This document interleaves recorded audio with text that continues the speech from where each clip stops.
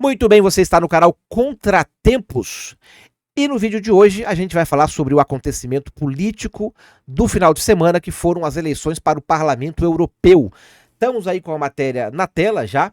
Eleições Europeias 2024, ascensão da extrema-direita. Não vou entrar se é extrema, se não é, se é centro, se é só direita. A gente sabe que a mídia tem uma tendência em tentar extremar a direita para puxar o discurso um pouco mais para a esquerda, dizer, esse pessoal aqui é radical, e tentar fazer com que os moderados fiquem mais à esquerda. Então eu não vou entrar nessa discussão, ok? Tomem extrema-direita com uma pitadinha de sal, como dizem os americanos.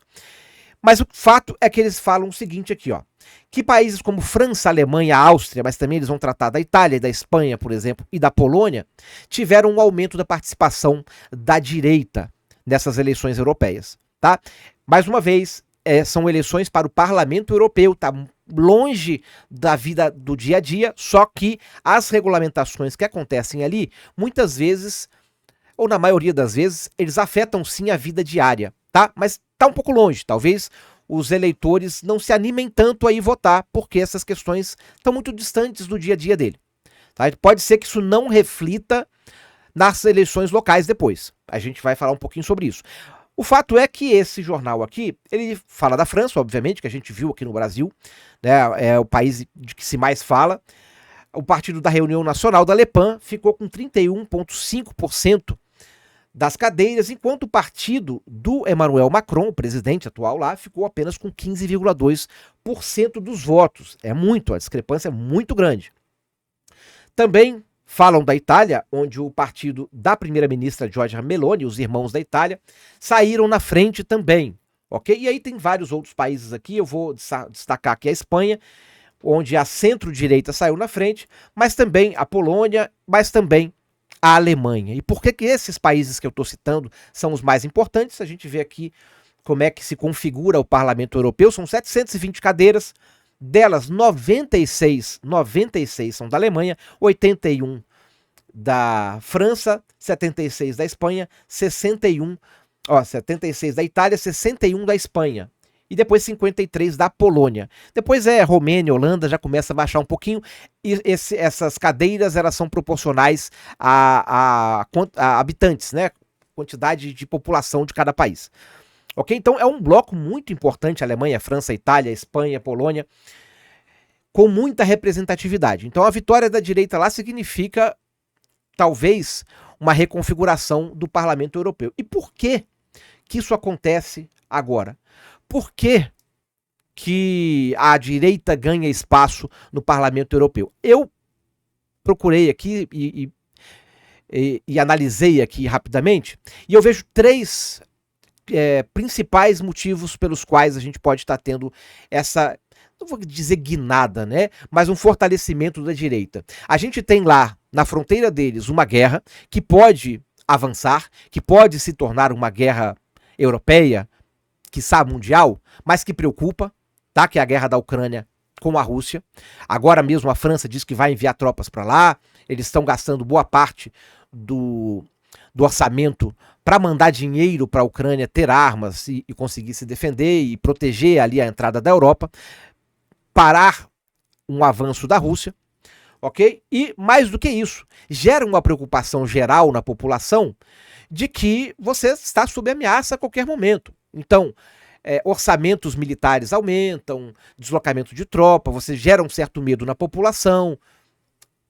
E essa preocupação na defesa geralmente está mais ligada à direita, até porque gera um aumento naquele sentimento de identidade nacional, certo? De defender o seu país, etc. e tal, de um patriotismo maior. Isso eleva um pouco esse sentimento, que é um sentimento mais ligado sempre à direita, que é muito mais local, que é muito mais ligado às tradições, à identidade, do que à esquerda progressista, globalista, etc.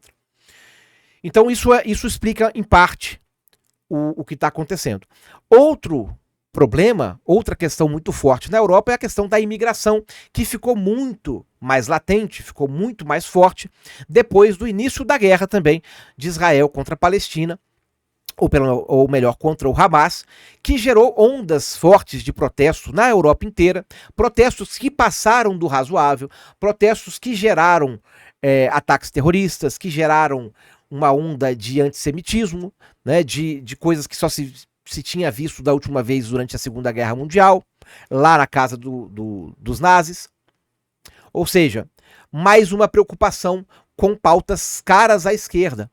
Não que a imigração não seja uma pauta cara à direita, deveria ser. Aliás, deveria ser de todo mundo, porque, de fato, há um problema, precisa ser equacionado, precisa ser resolvido. São vidas humanas, tá? Não é um trabalho fácil, mas falta um pouco, talvez, de nobreza para se sentar à mesa e resolver a questão. Mas essa pauta de imigração, e muitas vezes imigração desenfreada mesmo, colocando inclusive em risco a segurança dos próprios cidadãos, é geralmente ligada à esquerda.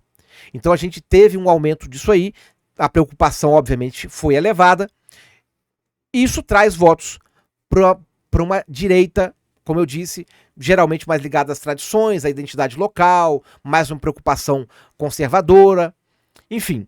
E tivemos um terceiro ponto, que é o ponto do ambientalismo.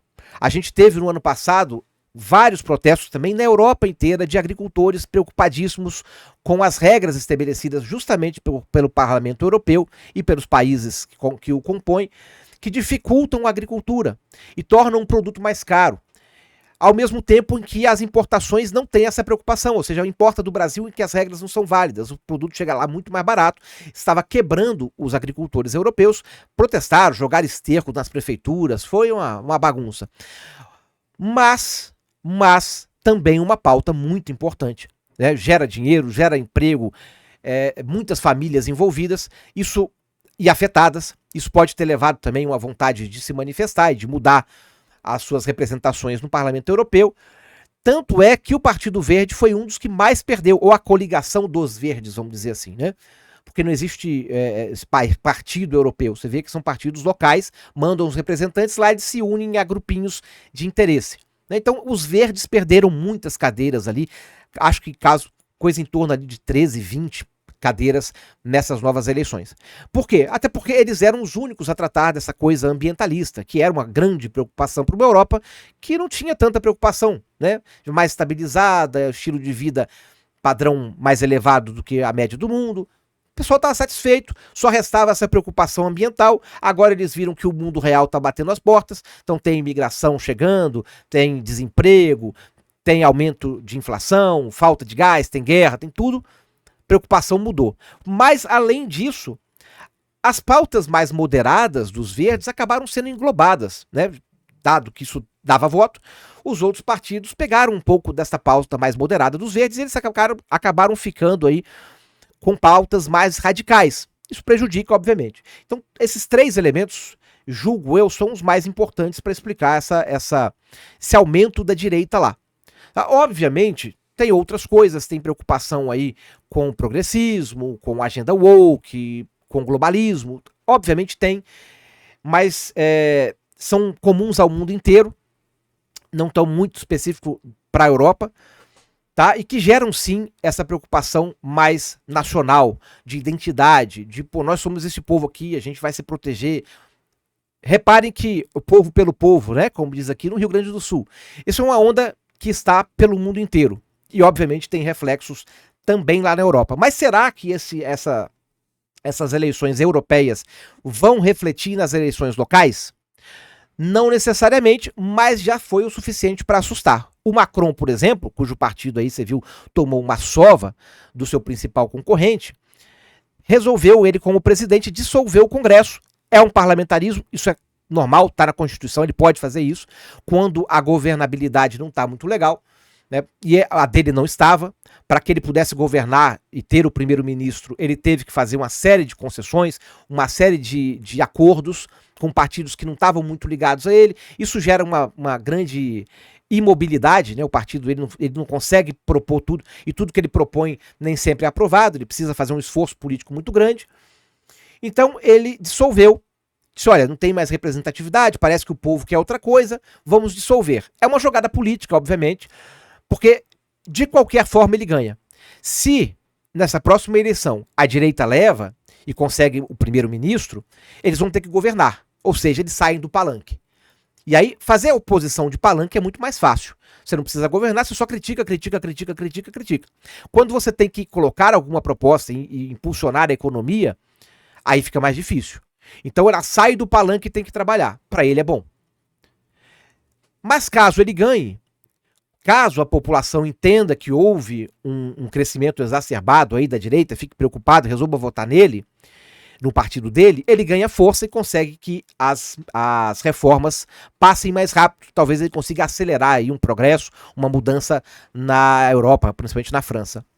Eu acho muito difícil que isso aconteça, que ele ganhe, eu acho muitíssimo difícil. Esse resultado, apesar de não dizer das eleições locais, é já um reflexo. Eles estão par a par há muito tempo, né? Nas últimas 2 eleições dele foi difícil, não foram eleições fáceis. Ele enfrentou vários protestos dentro de casa. E aí a gente tem agora, de novidade, entre aspas, a questão imigratória mais exacerbada e a guerra. Então eu acho realmente que ele perdeu o espaço. É provável que a direita venha e ganhe, ou pelo menos se coligue ali e tenha um governo mais à direita do que o dele. E aí a gente vai ver, pelo menos sai do palanque. Para ele é bom. Para ele é bom não ter uma direita no palanque, né? Falando mal só dele, porque ele que governa tudo. Ou o partido dele que governa tudo. Mas vamos ver. Isso também gerou em outros países uma onda de demissões e tentar reformular aí para voltar a ganhar espaço.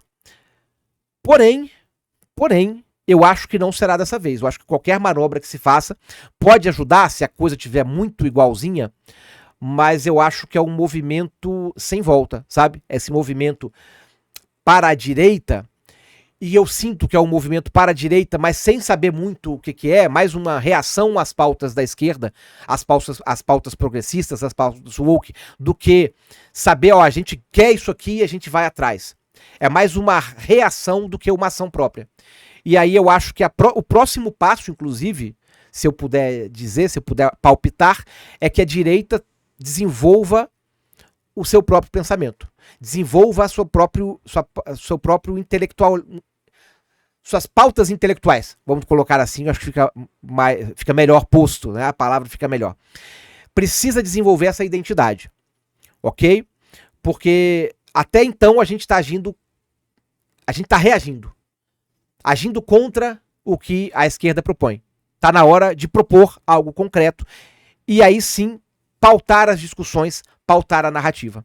Aí pode ser que haja um acréscimo, mas hoje o que a gente vê é uma reação a pautas de esquerda. A esquerda tende, talvez, a tirar de campo algumas coisas que não agradam tanto, como pautas radicais ambientais, como pautas woke, por exemplo, progressistas demais. Ok? Mas é isso, vamos acompanhar aí o restante das eleições e ver o reflexo nas eleições locais e na política local. Tá? Se você gostou desse vídeo, não se esqueça de se inscrever, deixar seu like e compartilhar. Vou deixar aqui na descrição também uma indicação de livro lá na Amazon, tá? E também uma lista com livros que eu indico. Clica ali para você ver quais os livros que eu indico, para você dar uma olhada. Tem coisas mais filosóficas, tem coisas de literatura também, tem coisas muito boas, tá? É uma lista que eu faço a curadoria de livros que eu já li. Beleza? Então tá aí na descrição, não esquece de clicar. E é isso, até o próximo vídeo. E vem pra cá nas lives também, eu quase me esqueço disso. Temos lives todos os dias, mentira, de segunda a sábado, tanto aqui no canal Contratempos, quanto lá no nosso canal da Twitch, Forca Geek. Beleza? Te espero lá então, um grande abraço, esse foi o vídeo de hoje. Até a próxima, fiquem com Deus, falou, valeu e fui.